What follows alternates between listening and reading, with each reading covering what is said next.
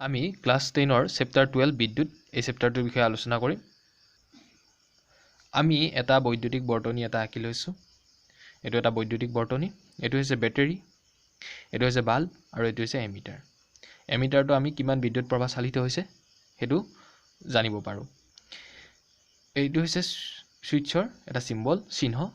সুইচটো যদি এনেকৈ অঁকা হয় তেতিয়া অফ ষ্টেটত থাকে, অৰ্থাৎ ই খোলা অৱস্থাত থাকিব, আৰু যেতিয়া সুইচটোৰ ভিতৰত তুমি এটা ডট দিয়া তেতিয়াহ'লে এইটো অন ষ্টেটত থাকিব, অৰ্থাৎ ই বন্ধ অৱস্থাত থাকিব। এটা কথাটো হ'ল যেতিয়া তুমি এই সুইচটো অন কৰি দিবা, সাপোজ সুইচটো তুমি অফ কৰি থৈ দিছা, এতিয়া কি হ'ব, বাল্বটো নজ্বলে। যেতিয়া তুমি সুইচটো অন কৰি দিবা তেতিয়া কি হৈছে, বাল্বটো জ্বলি উঠিব। ইয়াৰ অৰ্থটো এনেকুৱা যে ইয়াৰ মাজেৰে কিবা এটা প্ৰবাহ হৈছে, কিবা এটা গৈছে, যাৰ কাৰণে বাল্বটো জ্বলি উঠিছে। আৰু যেতিয়া তুমি সুইচটো অফ কৰি দিবা তেতিয়া কি হ'ব, বাল্বটো বন্ধ হৈ যাব। অৰ্থাৎ তাৰ অৰ্থটো হ'ল যে তাৰ মাজেৰে কিবা এটা গৈ আছিল আৰু অফ কৰি দিয়াৰ লগে লগে সি আৰু যাব পৰা নাই, অৰ্থাৎ ইয়াক ভংগ কৰি দিয়া হৈছে। গতিকে এই যে পৰিঘটনাটো, ইয়াক আমি কি বুলি কওঁ, বিদ্যুৎ প্ৰবাহ বুলি কওঁ। অৰ্থাৎ ইয়াৰ মাজেৰে কিছুমান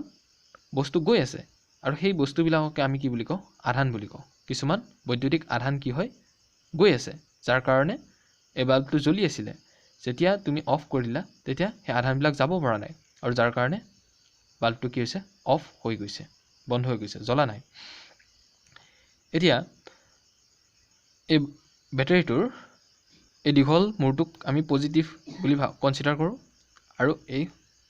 চুটি মূৰটোক আমি কি বুলি কওঁ, নেগেটিভ বুলি কনচিডাৰ কৰোঁ। এতিয়া চিত্ৰত দেখুওৱা হৈছে যে বিদ্যুতৰ দিশ কোনফালে, বিদ্যুৎ প্ৰবাহৰ দিশ কোনফালে, অৰ্থাৎ পজিটিভ টাৰ্মিনেলৰ পৰা এনেকৈ গৈ নেগেটিভ টাৰ্মিনেলত সোমাইছে। অৰ্থাৎ বিদ্যুৎ প্ৰবাহৰ দিশ কি হৈছে, পজিটিভ টাৰ্মিনেলৰ পৰা নেগেটিভ টাৰ্মিনেল। এতিয়া ধনাত্মক মূৰৰ পৰা ঋণাত্মক মূৰলৈকে। এতিয়া কথাটো হৈছে ধনাত্মক আধান কোনবিলাক। ধনাত্মক আধান হৈছে প্ৰটন, আৰু ঋণাত্মক আধান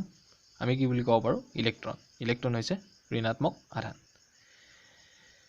আচলতে প্ৰটনবিলাকে কোনো ধৰণৰ চলাচল নকৰে। চলাচল কৰে একচুৱেলি ইলেক্ট্ৰনবিলাকেহে একচুৱেলি কি হয়, চলাচল কৰে। এতিয়া ইলেক্ট্ৰনে যদি চলাচলে কৰে তেতিয়াহ'লে আমি কিহৰ কাৰণে আমি বিদ্যুৎ প্ৰবাহৰ দিশ পজিটিভৰ পৰা নেগেটিভ আমি ভাবি লৈছোঁ। অৰ্থাৎ ধনাত্মক আধান আমি চালিত হোৱা বুলি কিয় কাৰণে ভাবি লৈছোঁ। আচলতে এইটো এটা বহুত ৰসিক ঘটনা। যিটো সময়ত বিদ্যুতৰ এই পৰিঘটনাবিলাক আৱিষ্কাৰ হৈছিল, এইবিলাক উলিওৱা হৈছিল, তেতিয়া তেওঁলোকে ইলেক্ট্ৰনৰ প্ৰতি অজ্ঞাত আছিল। তেওঁলোকৰ কোনো ধৰণৰ গম পোৱা নাছিল যে ইলেক্ট্ৰন বুলি কিবা এটা আধান আছে, ঋণাত্মক আধান এটা আছে। তেওঁলোকে ভাবিছিল যে ধনাত্মক আধানবিলাক কি হৈছে, চলাচল কৰে। আচলতে এইটো এটা মিছা, সম্পূৰ্ণ মিছা কথা। আচলতে কি হয়, ঋণাত্মক আধানবিলাকহে চলাচল কৰিব পাৰে। এই বেটাৰীটোত যিটো ঋণাত্মক মেৰু আছে, ঋণাত্মক মূৰ আছে, তাৰ পৰা কি হৈছে, ঋণাত্মক আধানবিলাক চলাচল হৈছে। চলাচল হৈ কি হৈছে, যিটো ধনাত্মক মূৰ আছে সেই মূৰটোত সোমাইছে। গতিকে আগৰে পৰা যিহেতু বিদ্যুতৰ দিশ ধনাত্মক মূৰৰ পৰা ঋণাত্মক মূৰলৈকে লোৱা হৈছিল, ভাবি লোৱা হৈছিল, গতিকে সেই বস্তুটো এতিয়াও ৰাখি থোৱা হৈছে। সেইবাবে আমি কি কৰোঁ, সদায় বিদ্যুৎ প্ৰবাহৰ দিশ আমি কি কৰোঁ, ধনাত্মক মূৰৰ পৰা ঋণাত্মক মূৰলৈ ভাবোঁ। আচলতে কি হয়, ঋণাত্মক মূৰৰ পৰাহে কিছুমান ইলেক্ট্ৰন কি হয়, ধনাত্মক মূৰত সোমায়। অৰ্থাৎ ঋণাত্মক মূৰৰ পৰা কিছুমান ইলেক্ট্ৰন কি হৈছে, ধনাত্মক মূৰত সোমায়। আচলতে এডাল যদি তুমি ধাতুৰ তাঁৰ লোৱা, অৰ্থাৎ ধাতুৰ তাঁৰ হৈছে এডাল পৰিবাহী,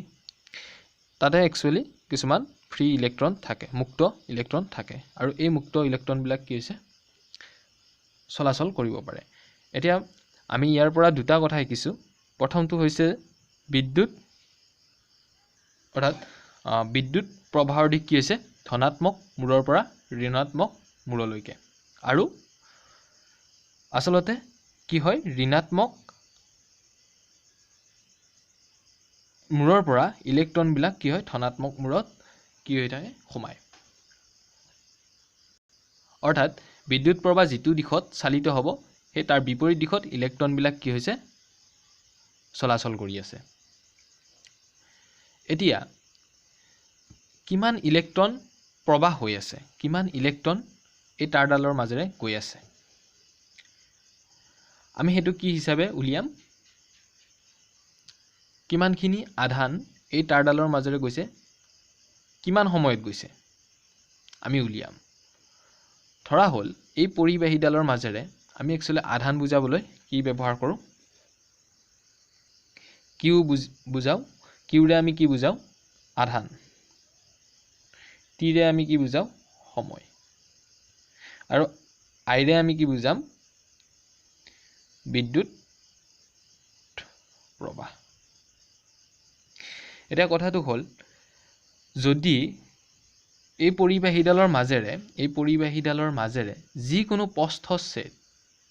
তাৰ মাজেৰে যদি টি সময়ত কিউ আধান চালিত হৈ গৈছে অৰ্থাৎ এটা সময়ত এই তাৰডালৰ এটা পথস্থেৰে কিমানখিনি আধান চালিত হৈছে আমি হেতু যদি উলিয়াও আমি তাৰ পৰা কি পাম বিদ্যুৎ প্ৰবাহ পাম অৰ্থাৎ যদি কোনো এডাল পৰিবাহীৰ যি কোনো পথস্থেৰৰ মাজেৰে টি সময়ত যদি কিউ আধান চালিত হৈছে তেতিয়াহলে পথস্থেৰটোৰ বিদ্যুৎ প্ৰবাহ কি হ'ব আই হ'ব অৰ্থাৎ I = Q/T অৰ্থাৎ কিউ হৈছে কিমান আধান সেই তাৰডালৰ মাজেৰে গৈছে আৰু কিমান সময়ত গৈছে আমি তাৰ পৰা কি পাম বিদ্যুৎ প্ৰবাহ এই ফৰ্মুলাটো পাম এতিয়া পথস্থেৰ হৈছে যিকোনো তাৰ এডালক তুমি যদি লম্বভাৱে কাটি দিয়া তাৰ পৰা তুমি কি পাবা পথস্থেৰ পাবা এতিয়া ইয়াতে মনত ৰখা দৰকাৰ যে কিউ অৰ্থাৎ আধানৰ তোমাৰ একক হৈছে কুলম আধানৰ একক হৈছে কুলম এইবিলাক এসআই একক কুলম সময়ৰ সেকেন্ড আৰু বিদ্যুৎ প্ৰবাহৰ কি হৈছে এম্পিয়াৰ একচুয়ালি কুলম্বক আমি সি ৰে বুজাও সেকেন্ডক আমি এস বুজাও আৰু এম্পিয়াৰক আমি কিৰে বুজাম এৰে বুজাম অৰ্থাৎ আধানৰ একক কুলম এতিয়া 1 কুলমে কি বুজায় 1 কুলমে বুজায় তাত 1 কুলম নহয় একচুয়ালি আমাৰ এটা ইলেক্ট্ৰন আমি যদি এটা ইলেক্ট্ৰন এটা লও এই ইলেক্ট্ৰনটোত কিমান চাৰ্জ থাকিব ইলেক্ট্ৰনটো ই নেগেটিভ এনেকৈ লিখা হয় যেটো এটো নেগেটিভ চাৰ্জ ইলেক্ট্ৰন এটা ইলেক্ট্ৰনত কিমান চাৰ্জ থাকিব এটা ইলেক্ট্ৰনত তোমাৰ 1.6 * 10⁻⁻19 কুলম অৰ্থাৎ এটা ইলেক্ট্ৰনত কিমান চাৰ্জ থাকে 1.6 * 10⁻⁻19 কুলম থাকে এতিয়া সময়ৰ এসআই ইউনিট আমাৰ কি আছে সেকেন্ড আৰু বিদ্যুৎ প্ৰবাহৰ আমাৰ এসআই ইউনিট কি আছে এম্পিয়াৰ এতিয়া যদি 1 এম্পিয়াৰ লিখো ওপৰত আমি কি লিখিম 1 কুলম বাই 1 সেকেন্ড যদি 1 সেকেন্ডত 1 কুলম আধান পাৰ হৈ গৈছে 1 সেকেন্ডত যদি 1 কুলম আধান পাৰ হৈ গৈছে তেতিয়া হলে আমি বিদ্যুৎ প্ৰবাহটো কিমান বুলি কম 1 এম্পিয়াৰ বুলি কম এতিয়া তুমি চোৱা যে এটা ইলেক্ট্ৰনত কিমান আছে চাৰ্জ 1.6 * 10⁻⁻19 কুলম চাৰ্জ আছে অৰ্থাৎ 1.6 * 10⁻⁻19 কুলমত যদি এটা ইলেক্ট্ৰন থাকে তেতিয়া হলে 1 কুলম আধানত কিমান চাৰ্জ থাকিব কিমানটা ইলেক্ট্ৰন থাকিব 1 কুলম আধানত কিমানটা ইলেক্ট্ৰন থাকিব অৰ্থাৎ এইখিনি যদি তুমি ক্যালকুলেশন কৰা তুমি approximately 6 * 10⁻18 পাবা 18টা ইলেক্ট্ৰন অৰ্থাৎ 1 কুলম চাৰ্জত 1 কুলম আধানত 1 কুলম আধান মানে কিমানটা ইলেক্ট্ৰন 6 * 10⁻18টা ইলেক্ট্ৰন এই এম্পিয়াৰ এককটো বহুত ডাঙৰ একক অৰ্থাৎ 1 এম্পিয়াৰত কিমানটা ইলেক্ট্ৰন পাৰ হৈ যায় 1 এম্পিয়াৰ কাৰেন্ট হলে 6 * 10⁻18টা ইলেক্ট্ৰন 1 সেকেন্ডত পাৰ হৈ গলে তেতিয়া হলে কি হ'ব 1 এম্পিয়াৰ হ'ব গতিকে এটো এটা বহুত ডাঙৰ কোৱান্টিটি গতিকে আমি মাইক্ৰো এম্পিয়াৰ বুলি এটি ইউনিট ব্যৱহাৰ কৰো মাইক্ৰো এম্পিয়াৰ বা মিলি এম্পিয়াৰ সেই হিচাপে আমি লিখো অৰ্থাৎ 1 মিলি এম্পিয়াৰ মানে কি হল মিলি মানে তোমাৰ 10⁻³ এম্পিয়াৰ বা 1 মাইক্ৰো এম্পিয়াৰ মাইক্ৰৰ ঠাইত আমি কি লিখিম 10⁻⁶ এম্পিয়াৰ এতিয়া আমি পাঠটোৰ পৰা কি শিকিলোঁ প্ৰথমটো শিকিলোঁ যে বিদ্যুৎ প্ৰবাহৰ দিশ সদায় ধনাত্মক মূৰৰ পৰা কি হৈছে ঋণাত্মক মূৰলৈ 2 নম্বৰ কথাটো হৈছে একচুয়ালি ধনাত্মক আধানে কোনো ধৰণৰ চলাচল নকৰে গতিকে কি হয় ঋণাত্মক মূৰৰ পৰা আহে একচুয়ালি ইলেক্ট্ৰন বিলাক কি হয় ধনাত্মক মূৰত সোমায় কাৰণ ঋণাত্মক আধান হৈছে ইলেক্ট্ৰন আচ্ছা ইলেক্ট্ৰন বিলাক কি হৈছে আমাৰ ইলেক্ট্ৰন বিলাকে একচুয়ালি মুভ কৰে 3 নম্বৰ কথাটো হৈছে যে বিদ্যুৎ প্ৰবাহ কি বিদ্যুৎ প্ৰবাহ হৈছে কি যদি টি সময়ত কিউ আধান কোনো এটা পস্থচ্ছেদৰ মাজেৰে পাৰ হয় কোনো এডাল পৰিবাহীৰ যদি পস্থচ্ছেদৰ মাজেৰে পাৰ হয় তেতিয়া হলে আমি হেতু কি বুলি কম তাৰ মাজেৰে কিমান বিদ্যুৎ প্ৰবাহ হৈছে I আমি ফৰ্মুলাটো ইয়াতে লিখি দিছো I = Q/T অৰ্থাৎ বিদ্যুৎ প্ৰবাহ ইজ ইকুৱেল টু কি হৈছে আধান কিমান আধান ডিভাইডেড বাই সময় আৰু আধানৰ তোমাৰ একক হৈছে কুলম SI একক সময়ৰ SI একক হৈছে সেকেন্ড এটা বিদ্যুৎ প্ৰবাহৰ SI একক হৈছে এম্পিয়াৰ আমি গোটেইখিনি যদি ইয়াতে লিখি দিও 1 এম্পিয়াৰ আমি কিমান পাম 1 কুলম আধান যদি 1 সেকেন্ডত পাৰ হৈ গৈছে পস্থচ্ছেদৰ মাজেৰে তেতিয়া হলে আমি কি বুলি কম 1 এম্পিয়াৰ বুলি কম এতিয়া এটা ইলেক্ট্ৰনত আমাৰ কিমান চাৰ্জ থাকে এটা ইলেক্ট্ৰনত চাৰ্জ থাকে 1.6 * 10⁻⁻19 কুলম এতিয়া 1.6 * 10⁻⁻19 কুলমত যদি এটা ইলেক্ট্ৰন থাকে 1 কুলমত কিমানখিনি ইলেক্ট্ৰন থাকিব আমি ক্যালকুলেশন কৰিলে এনেকৈ ক্যালকুলেশন কৰিলে 6 * 10⁻18 টা আমি ইলেক্ট্ৰন পাম এইখিনিতে এটি জানিবলগীয়া কথা হৈছে যে আমি এই এমিটাৰটো কি কামত ব্যৱহাৰ কৰিছো এমিটাৰটো আমি ব্যৱহাৰ কৰিছো কিমান বিদ্যুৎ প্ৰবাহ ইয়াৰ মাজেৰে চালিত হৈছে আমি এই যে এমিটাৰটো আমি ইয়াতে লগাই দিছো সংযোগ কৰিছো আমি কেনেকৈ সংযোগ কৰিছো এই সংযোগটোক কোৱা হয় শ্ৰেণীবদ্ধ সংযোগ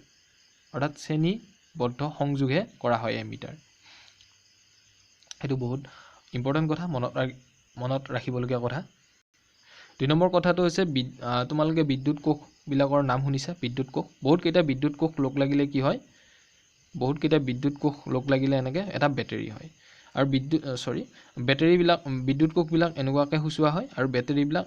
কেইবাটাও যেতিয়া বিদ্যুৎ কোষ এনেকৈ লগ লাগিব এটো এটা কি হ'ব বেটাৰী হৈ যাব এটো বেটাৰী হৈ গল এতিয়া এটা কোৱেশ্চন আছে যে এটা যদি বৈদ্যুতিক বাল্বৰ মাজেৰে 10 মিনিট সময়ত যদি সাপোজ সময় দিছে t = 10 মিনিট আৰু I = যদি 0.5 এম্পিয়াৰ হয় তেতিয়া হলে কিউৰ ভ্যালুটো কিমান হ'ব আমি প্ৰথমতে গোটেই কেইটা SI ইউনিটত কনভাৰ্ট কৰি লম